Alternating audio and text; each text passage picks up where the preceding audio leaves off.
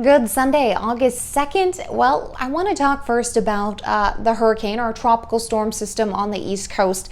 This tropical storm, Isaias, has approached the east coast of Florida as of early morning Sunday. Now you can see it is north of Miami, but just not close enough to the shoreline, although the outer edges of the system itself is creating strong winds as well as bringing in some storm surge. We are expecting to see as much as 2 to 4 feet of storm surge along the coastline, particularly up here into Florida, along the inlet here, as well as for areas right there into South Carolina. We could see the strongest storm surge. Now what's happening is overnight, potentially the Hurricane Center predicted there would be a potential to see this as a Cat 1 hurricane, but things have shifted and changed in the last really, I'd say 10 hours. That we're now looking at the tropical storm system not expected to regain strength. And here's why.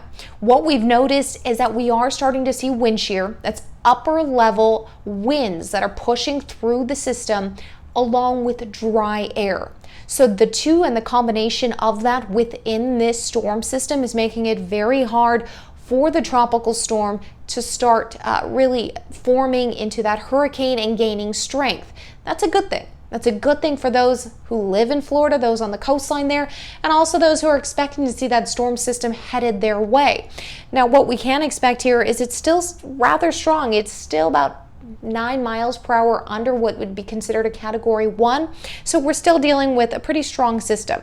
This is moving along the coastline. That's going to bring in a lot of flooding for those who live there, along with those strong winds, the heavy rain, and flash flooding potential.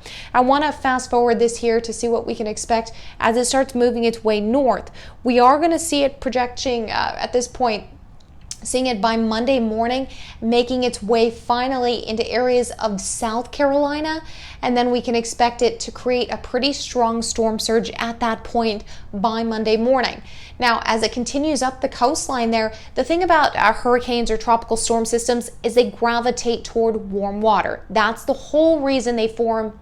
In particular, they need about 80-degree temperatures to even form, to actually create a closed low pressure system that intensifies. So this is how it starts, how it's generated, and these actually come off of the coastline there of Africa and move across the Atlantic. That's why it takes days for us to track a system before it actually starts growing and intensifying. So what we're expecting with this system here is as it moves away from the equator moving north, well, it's hitting colder water. That's not going to help it intensify.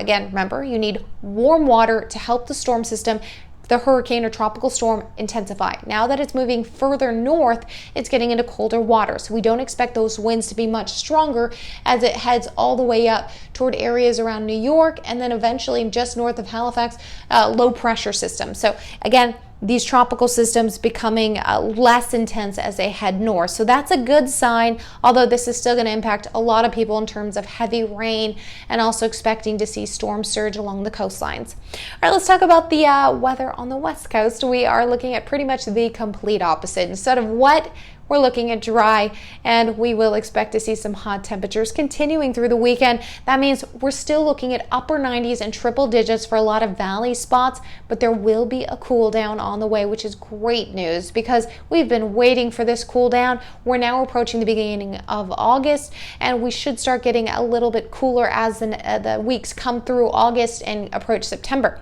Now, the fire concerns are the only major thing for today, especially for the High Sierra, because that's where we're going to look at some of the winds at the top of those peaks really speeding up.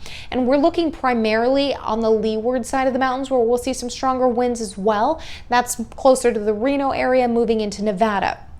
Now, I do want to talk about what's going to be happening in the coming days. Now that we currently have high pressure systems here that are really sitting, they're dominating, they're just hovering over the West Coast. And that's what's keeping our heat in place.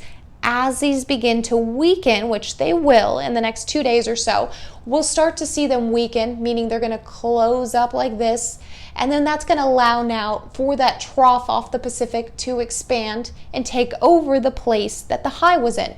That's also going to bring in some cold air from the north because that trough out there is pulling in that cold air from the poles. So we're talking areas of the Arctic, the cooler air comes down. So even though it's the middle of summer, we're not looking at, bone freezing temperatures, but we'll still get some cooler air, and that'll help at least cool us down by at least maybe 10 degrees, which is good news. We'll start getting into the low 90s and mid 80s, even low 80s potentially, but that'll be for the higher areas like the Sierra. All right, so here's what we're looking at. Clear skies in the valley as well as the foothills, but take a look at the clouds just off the coastline there. They're going to stick around for a couple days, partly sunny skies, but you notice they're not going to do too much until we start getting into Tuesday. So by Monday morning, they're still kind of hovering, but you still see the blue there. That's partly sunny. And then finally, as we start moving into Tuesday, take a look at this. You start seeing the clouds moving inland just a bit, and that'll start bringing some cool air. Check out that green mark there.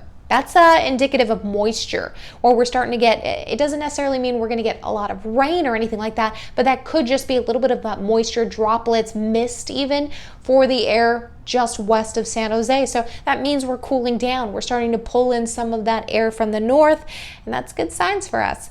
All right, let's talk about our air quality. Moderate for us in Sacramento, Yellowstone, or El Dorado, Placer. Moderate because guess what? We're not looking at major winds that are pushing through to clear the air for us. We're really just looking at that heat kind of hovering. It's going to feel a little more sticky. It's going to make it a little bit harder to breathe for some people. We're not getting good wind there that's starting to mix in. So San Joaquin, Stanislaus, you'll get a little bit of a breeze, so that should create better air quality for you. Upper 90s Sunday and Monday, and check that out. Tuesday, Wednesday, low 90s to mid 80s. That's beautiful. And then finally, we're going to see those mid 90s as we start moving through next week.